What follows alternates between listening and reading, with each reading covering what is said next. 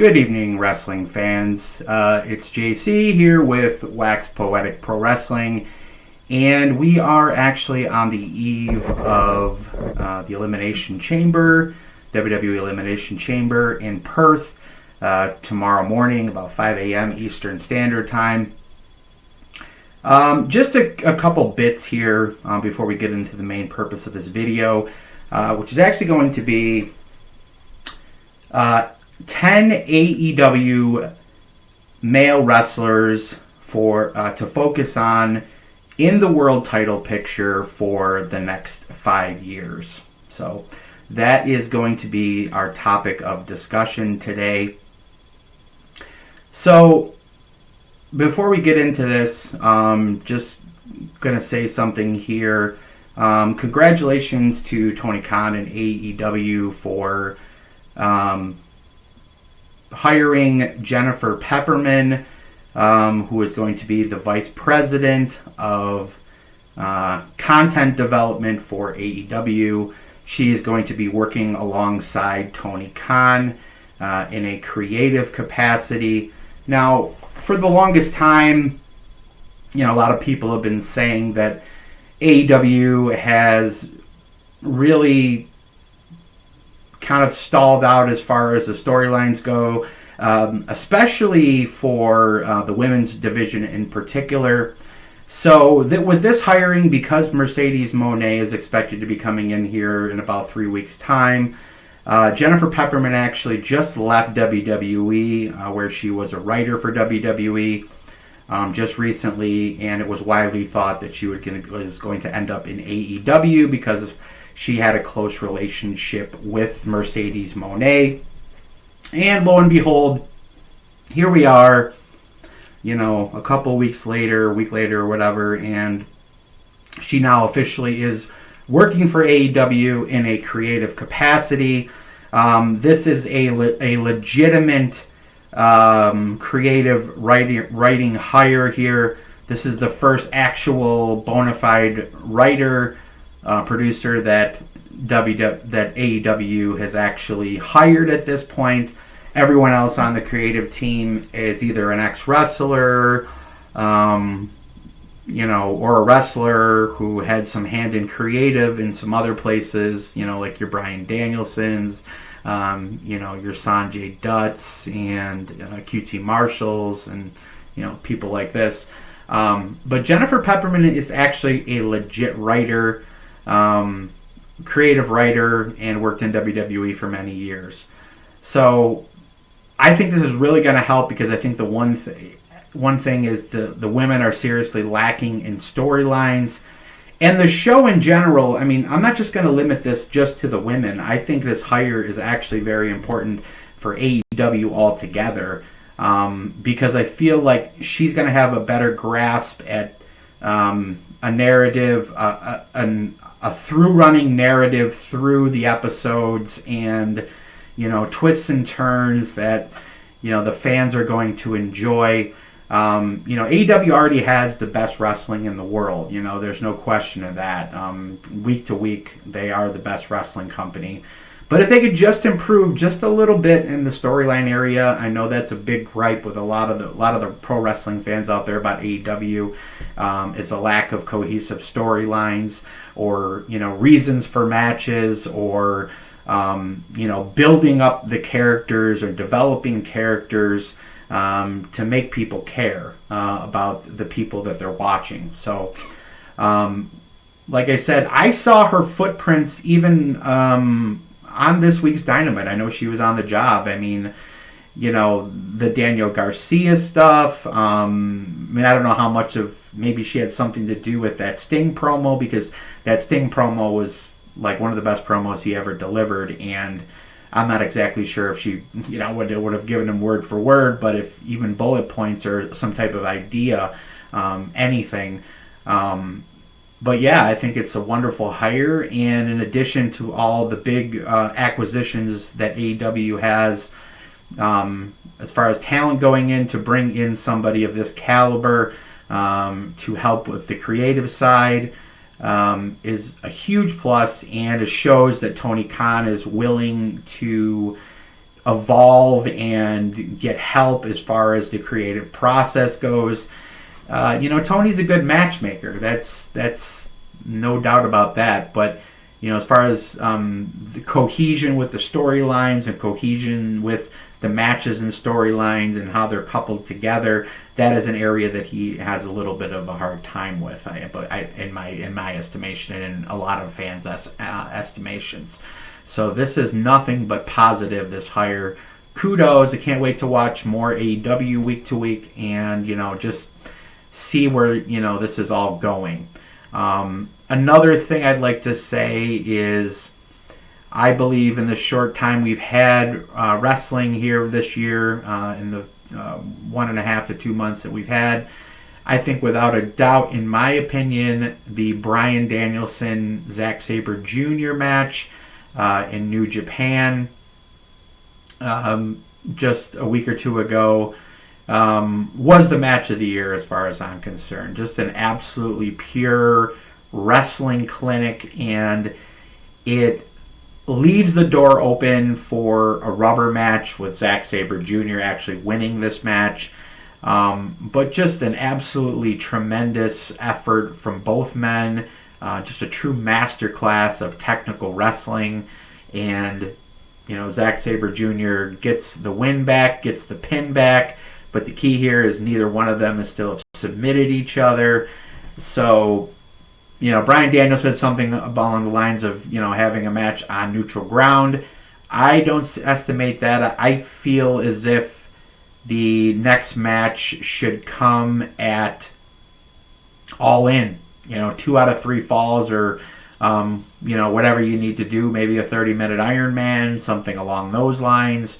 But with Dragon being on his farewell tour here, I feel like this would be another spot where he could elevate somebody into that position that he's held for so long, and that Zach has, basically been right there as, the next best in the world, arguably the best in the world. So I feel like, Zach getting a win in London at All In amongst his home country would be super monumental and super beneficial for him and for New Japan Pro Wrestling going forward. I am a firm believer that it's time that New Japan focused on Zack Sabre Jr. I believe that Zack Sabre Jr. should be the next IWGP World Heavyweight Champion, and they should give him the ball and let him run with it. And then, of course, you've got Nick Nemeth and Matt Riddle both won title matches this week, or I should say earlier today. Nemeth is the new global champion for New Japan, and Matt Riddle is the new world television champion. So you can already see Tanahashi's fingerprints all over New Japan. I don't think he's going to be bashful about giving the guys that he's giving the most money to, a foreign talent coming in, that he's paying a good money to, and focusing on them and having strong title holders in each division.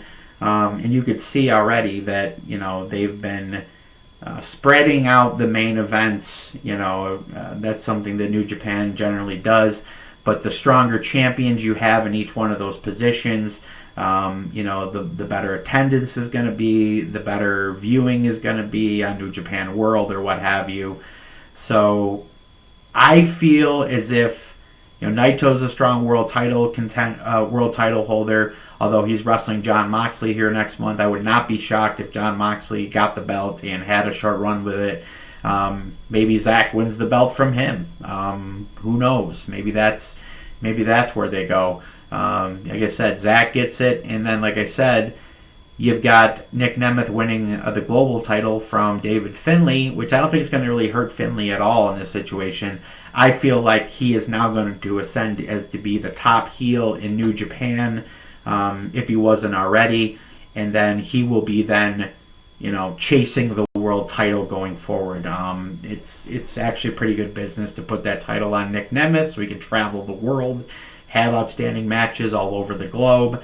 And, you know, the same thing with Matt Riddle. Let him travel around with that world television title and, you know, get some good respect on those belts. Not that they didn't have good respect with the champions they had before, but it's going to give New Japan a more worldwide appeal. And if what they're saying is true, as far as New Japan doing more shows, more major shows in the U.S. because of the Japanese economy and the strength of the yen, you know, Japanese currency is at is low right now. So to go on foreign soil and do shows on foreign soil, I think will benefit them in the long run. So very, very exciting stuff. So just a few other pieces of information. In the next few days, I will do a Wrestling Observer 2023 Awards reaction video. I'm going to compare my picks to the actual winners and go over all the winners and discuss it, analyze it, whatever, what have you. So we'll do that. But we're going to get to the main topic here of this one and of this video, which is 10 male AEW stars to focus on for the next 5 years in the world title picture. So we're going to discuss 10 wrestlers for the next 5 years who should be in the world title picture. Now, there might be some omissions here, people that you like, maybe that I don't include, or maybe didn't make the list. AEW has a very loaded roster. So my criteria as far as setting this up was going to be basically not including anybody over like 35 to 36 years old. So obviously Danielson and Moxley and Omega and Jericho and Adam Copeland and Christian, you know, all these guys are past or in their mid 30s to past their mid 30s. So we're not going to focus on those guys. You never know. Those guys could win world titles in the next 5 years. I don't know if that's a good thing or a bad thing for AEW going forward. I guess we'll have to see how the storylines and, you know, everything, matches play out and everything. But a good rule of thumb here is focusing on guys late 20s to early to mid 30s for the next 5 years. So if you had 10 title holders in the next 5 years, that's an average of 6 months per title holder. I know AEW has had a lot of long title reigns, but in my opinion, I think most of the reigns should be 6 months or less, because I just feel like it spices things up, and, you know, getting more different names with the belt on. I mean, I guess we're not going to go back to the Attitude Era or, you know, whatever, the Monday Night Wars where guys are winning the belt for a couple weeks and then dropping the title on live television to draw more ratings, that kind of thing. You know, obviously we're in a different time period here and how wrestling is booked. But to keep the energy fresh, I feel like AEW needs to switch title holders a little quicker. Maybe not, you know, a couple weeks or a month or two, but, you know, 6 months to me is plenty unless somebody's doing monster business as champion. So with that in mind, so let's focus on this. So number 10, I am going to go with Rush. Now, Rush is obviously a Mexican-born wrestler. He's not a high flyer. He's a brute. He's solid in the ring. He's very believable. He goes out there and he has great matches with everybody. I feel as if Rush is the top guy in AEW as far as you know, Mexican-born talent that should be vying for the world title. I don't know if I really feel like Penta's a world title guy, Phoenix is a world title guy, or Vikingo is a world title guy, or Commander for that matter. But Roosh, to me, definitely is a world title guy. He's kind of in that vein of an Andrade, but like more of a brute even than Andrade. Just a completely different style. But yeah, I mean, to me, he's coming back off an injury here soon. But he's a guy that's kind of, they've lost focus a little bit on him. I do believe, and he's 35 years old now, so in the next 5 years, he will be 40. So if you are going to pull the trigger and put this guy at the top of the card, you're going to have to do it sooner rather than later. So the next one on my list is Adam Cole. I think Adam Cole at number 9, he's lost a lot of stock here recently. And maybe it's just because he hasn't been around very much, and obviously there's been injuries. He's been on the shelf, for the good part of the last 2 years, basically. But Adam Cole is still 34 years old, and he has the pedigree. He's the complete package. About the only negative you could say about Adam Cole is he doesn't have the size. That's really about it. He's a little on the small side. But every other area, he's, aces across the board. But he's 34 now. So, I mean, considering I'm assuming that they're paying Adam Cole, they're going to want him in the world title picture. At this point, the biggest thing he's done is the All-In main event, and he obviously lost that match. And I'm pretty sure that if he didn't get injured, they were going to be pushing him into the world title picture, and I still believe that that's the case moving forward. But I make no mistake, I think his stock has dropped a little bit in the last over the last 2 years. Number 8, Powerhouse Hobbs. This is the guy that I actually voted for the most underrated performer. He is a monster. He looks good. He cuts good promos. He's solid in the ring. I like the way he works. It would be a real shame if this guy did not get a run with the world title in the next 5 years. And the thing about Hobbs is he's 33, so in 5 years he'll be 38. He won't be necessarily old, but I mean he'll be coming on the downside of his prime at that point. So I believe they should definitely pull the trigger with this guy. Again, not to say this like a broken record, but sooner than later. Number 7, Konosuke Takeshita. Another guy from the Don Callis family who is very, underrated overall, I believe. Takeshita goes out there and he has banger after banger with everybody. His technique is solid. He's athletic. I mean, to me, he is the next Okada. He's got the same body type as Okada, the same athleticism. I think he's more athletic actually than Okada. He's almost as if you crossed Omega or an Ospreay and crossed him with Okada, basically. He's got the Ospreay Omega, athleticism, and he's got the Okada stature and pedigree. This guy is a can't-miss star. I don't know how an American audience would take him as a world title holder. But I think it would be an absolute crime if Takeshita was not at the top of this company at some point. I also believe, obviously he's got a huge match coming up with Will Ospreay and Will Ospreay's debut at Revolution next weekend. That is going to be a match of the year contender. I can already tell, but I tell you what, the one match I would love to see, speaking of who we were just speaking of before, Okada. Man, Takeshita versus the Rainmaker, man, my God, it'd be like mirror images.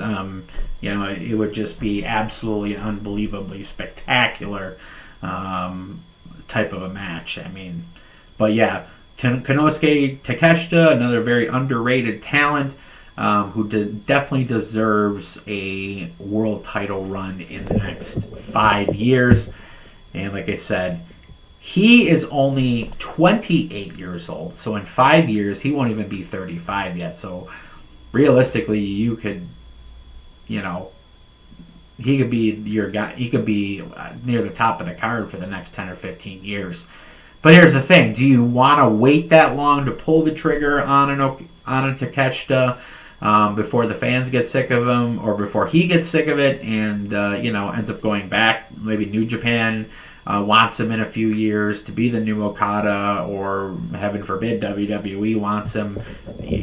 So he's another guy that you got him. He's super talented, but don't waste it. You hear what I'm saying, Tony? Don't waste it, please. So the next one, speaking of, number 6. Actually, you know what? Number 6 is actually Jay White. So Bullet Club Gold's Jay White. He was a huge acquisition last year from New Japan.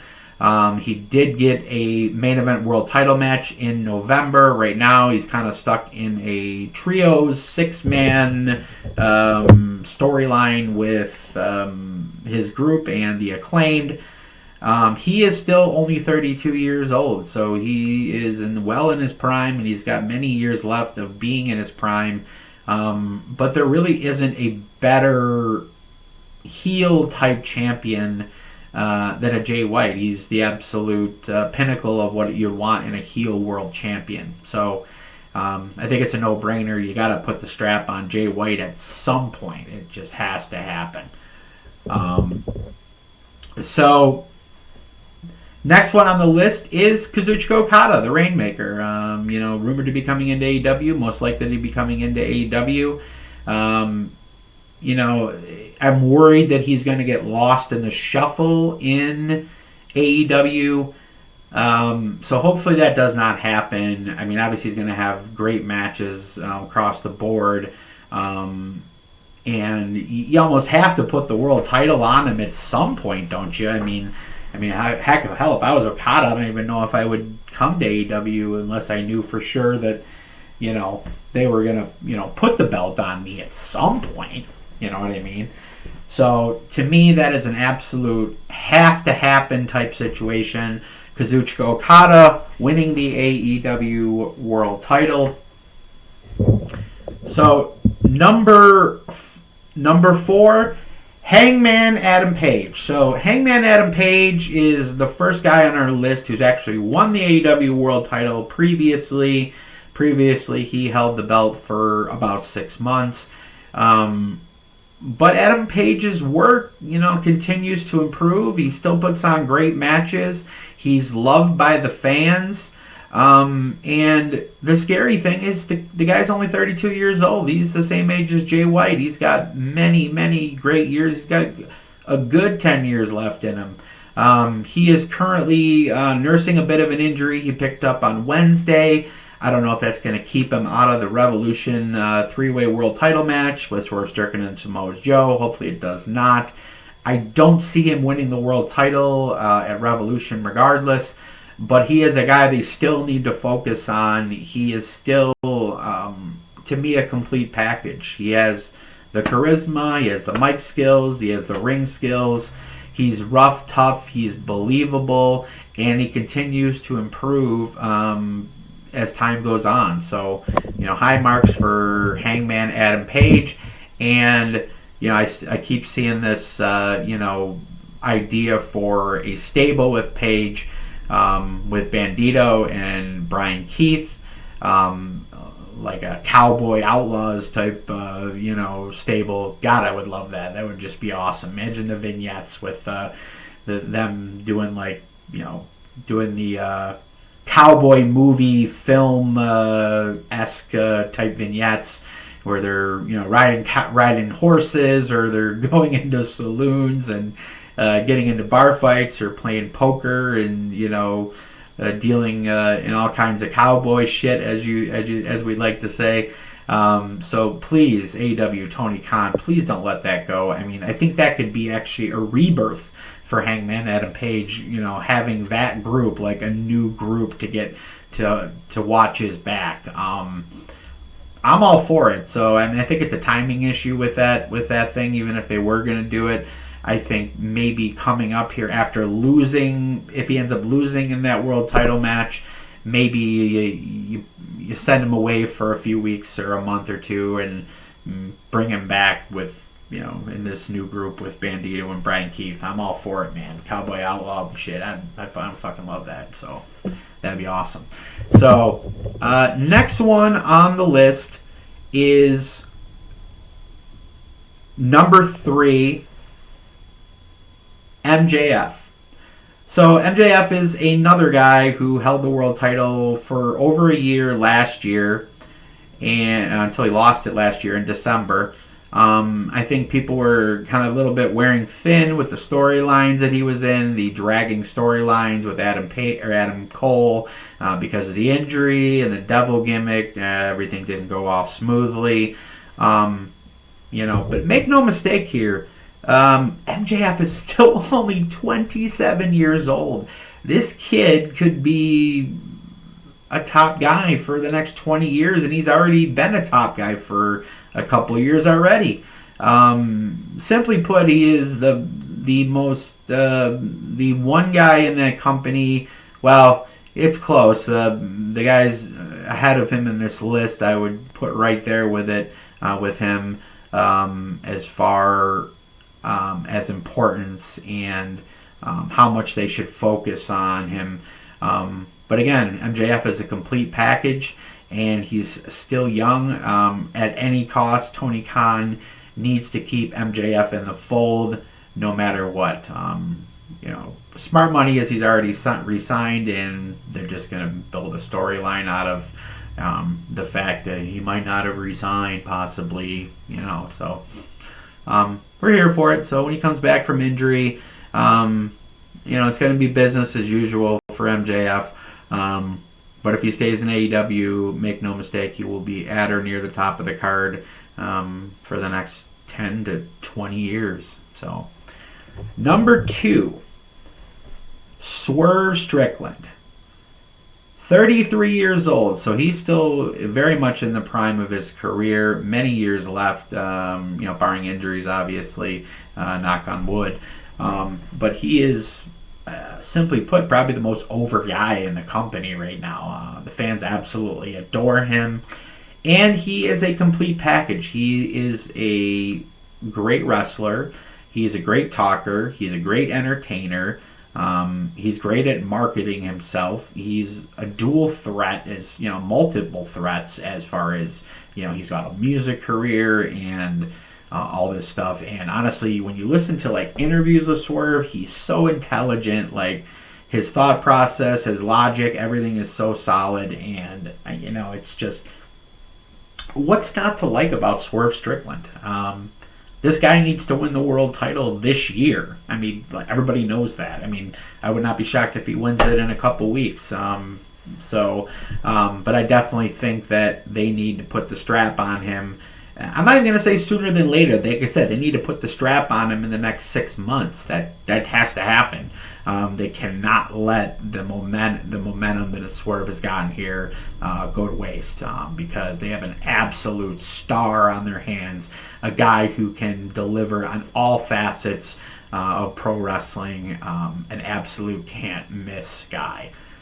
So that comes to our number 1, the incoming, debuting at Revolution. That's right, the Billy Goat from England, Mr. Will Ospreay. I mean, what can you say about Will Ospreay? Simply put, the guy just won 6 Wrestling Observer Awards, okay? He won Wrestler of the Year, Most Outstanding Wrestler, Best Wrestling Maneuver for the Hidden Blade, Match of the Year with Kenny Omega for the Tokyo Dome, and was second place with the Forbidden Door match, okay? Let's just throw that out there. And then he won the MVP for Europe and Japan. So 6 awards for Billy Goat. Just an unbelievable performer. And the thing that people don't realize is the guy's got massive amounts of charisma too, and he's he's really underrated on the mic. Like, I think he's going to get way better on the mic, actually, once he gets to AEW. And I feel like Will Ospreay has a mindset of, you know, I'm gonna be the face of this company. I am gonna continue to improve every day, and I feel as in 5 years, as great as Will Ospreay is now, in 5 years, people are gonna look back and go, "Wow, we thought he was good then, but man, this guy is fucking just levels above." You know, like Kenny Omega at his absolute best, I feel like Will Ospreay is going to be that, on that level when Kenny was at his absolute peak, and maybe even just a tinge even better, because I feel like Will Ospreay is way better of a promo than Kenny Omega. And that brings me to another bit here, and the one thing I will implore AEW and Tony Khan to do, please, for the love of God, make Will Ospreay versus MJF your Flair Steamboat, your Austin Rock, your defining feud, your defining rivalry. I feel like these two guys are clearly on a collision course as the two best performers in AEW, and they're both still super young. I didn't mention Will Ospreay is only 30 years old, so in 10 years he'll only be 40. So the next 5 years of Will Ospreay are going to be the best Will Ospreay we've ever seen. And the same thing with MJF. He's 27. We still haven't scratched the surface of MJF yet. So to have those two opposing each other as the primary feud in AEW, and obviously being orbited around the world title picture by these other 8 individuals and a few of the older talent that we mentioned, I mean, you're going to have phenomenal matches and a phenomenal world title picture long into the future. But I feel like MJF Ospreay, that might be your, I don't know if that would necessarily be your main event for All In this year. I believe, in my opinion, it'll be Swerve and Ospreay in London this year. But the following year, I believe it should be MJF and Will Ospreay as the number one match in your company all year. The one match that you should be building towards in 2 years or a year and a half is Will Ospreay versus MJF. There is not a bigger match, one-on-one match, that you can book right now into the future. So, just please, MJF versus Will Ospreay, Tony, get it done. I mean, I'm sure you think it's a great idea already. I mean, it's you have to be a moron to not want that match, obviously. So then again, that's my 10 wrestlers to focus on in the AEW World Title picture for the next 5 years. Couple guys that didn't make the list who were close. Wardlow, 36 years old. So if they were going to pull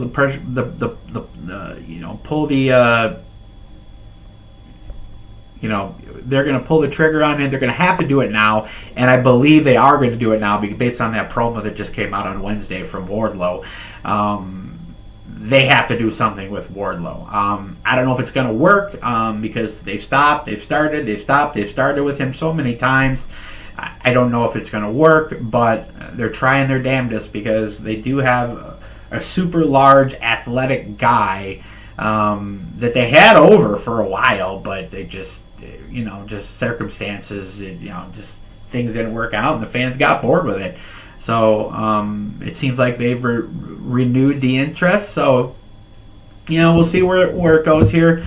And then Ricky Starks, 34 years old, obviously super talented, but something tells me, or just my gut tells me, that Ricky Starks ends up signing with WWE because of his close relationship with Cody Rhodes.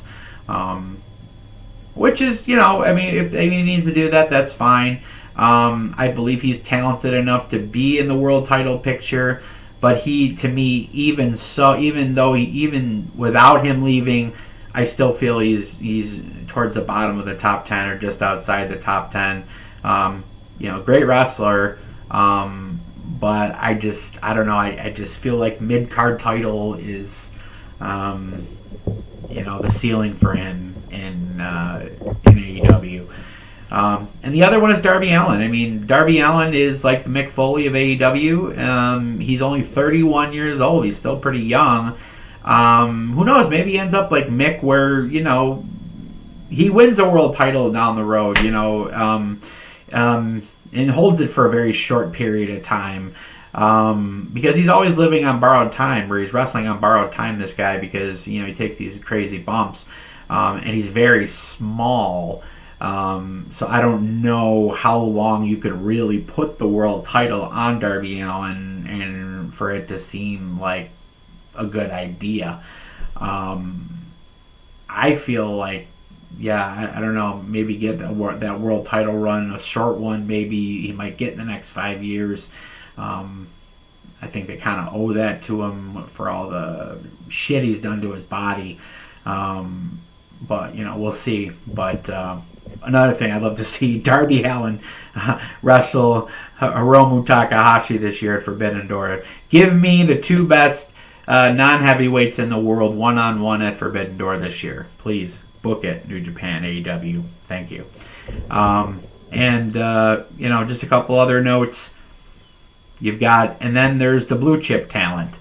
The blue chip talent that they should be focusing on and moving into better positions as far as mid-card titles and things of that nature. I don't know if any of these guys would necessarily be world title guys, but their development needs to be pushed further. Obviously, Hook, only 24 years old, still mad young, and he just had his first world title match. Hook's going to get bigger. He's going to get better. He's going to get better on the mic.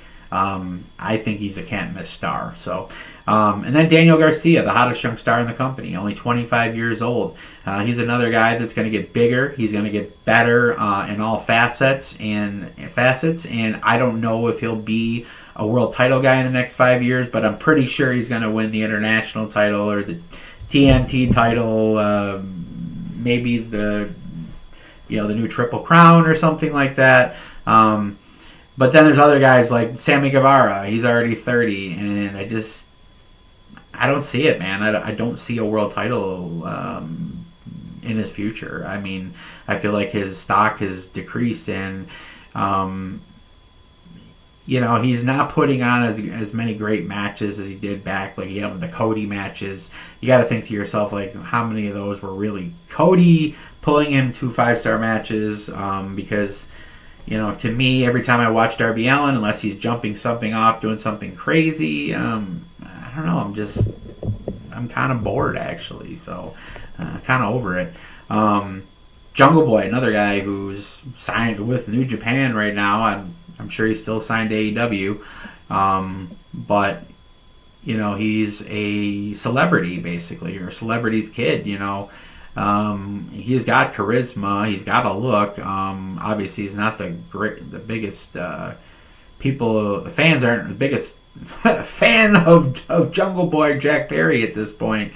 But it would be a shame to waste his potential. But I feel like Tony Khan's doing the right thing and putting him over in New Japan for a while, letting him develop and do what they did for guys in the past. Your David Finleys and your Jay Whites and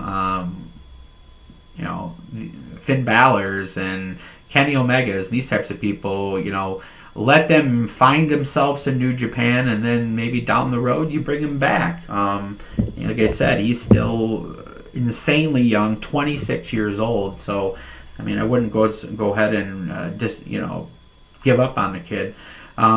And then you got Dante Martin at a mere 22 years old, just a wealth of potential there. He's obviously a game-changing high flyer. He's not super small. He can get bigger, and he will get better. And he's only 22, so that's another guy to watch out for. And another guy, obviously, Kyle Fletcher. He comes off like a young Will Ospreay or a young Kenny Omega. And he's only 25 years old. So that right there is 6 blue chippers. So those are all those guys I just mentioned should all be holding mid-card titles in the next 5 years, realistically. If they're not, then there's something wrong with them or the game plan for the creative for AEW, obviously. So, and just a side note, I think the creation of the Triple Crown that they gave to Eddie Kingston, being the first holder of the Triple Crown, this might be another way, maybe almost act as like almost like a second world title for AEW, because you do have the Ring of Honor title, you do have the New Japan Strong title, and you do have the Continental Crown, all combined. So to me, if you're combining those 3 belts, to me, if you're putting the titles in pecking order, I feel like the Triple Crown, just because it is 3 titles, should be slotted right behind the AEW World Heavyweight Championship. So maybe some of these guys get a Triple Crown, title reign, or maybe that's what they do with some of the veterans that I mentioned earlier that are. Maybe they shouldn't focus on the AEW World Title picture. Maybe they give them a Triple Crown run. Who knows? There's a lot of different ways to mix and match this, but generally, like I said, there's those 10 guys that I mentioned. Those guys are the guys that absolutely have to be in the World Title picture and win a World Title in the next 5 years. So, mark my words. We'll come back to this. Hey, maybe I'll come back to this in 5 years, and we'll see how I did on all this. But I'm very passionate about those 10 names, and I feel as if Tony Khan focused on those 10 names for the next 5 years. I think they'd be doing good things, along with, hiring your Jennifer Peppermans and people like that to help you make the storylines and the stories, show to show, episode to episode, be more cohesive. So, well, anyways, it's Friday night, so I am going to go watch SmackDown and Collision, and everybody enjoy Elimination Chamber tomorrow and Collision. Both looking like wonderful shows, and I'm going to come back next week. Like, comment, and subscribe on the video. Please comment down below what you think of my top 10 or my top 10 list, and give me your top 10 or who you think they should focus on in the next 5 years. Comment anything I said in the video, it's fine. So, like I said, like, comment, and subscribe. I am on Twitter at JCGethiker7, and I also have a Facebook page, Wax Poetic Pro Wrestling, and I regularly contribute to the pro wrestling world on Twitter. It's at _PWW, the pro wrestling world at _PWW. Like I said, like, comment, and subscribe to all my shit, please. I would appreciate it. Thank you very much. Enjoy wrestling this weekend, guys. Have a good night. Peace.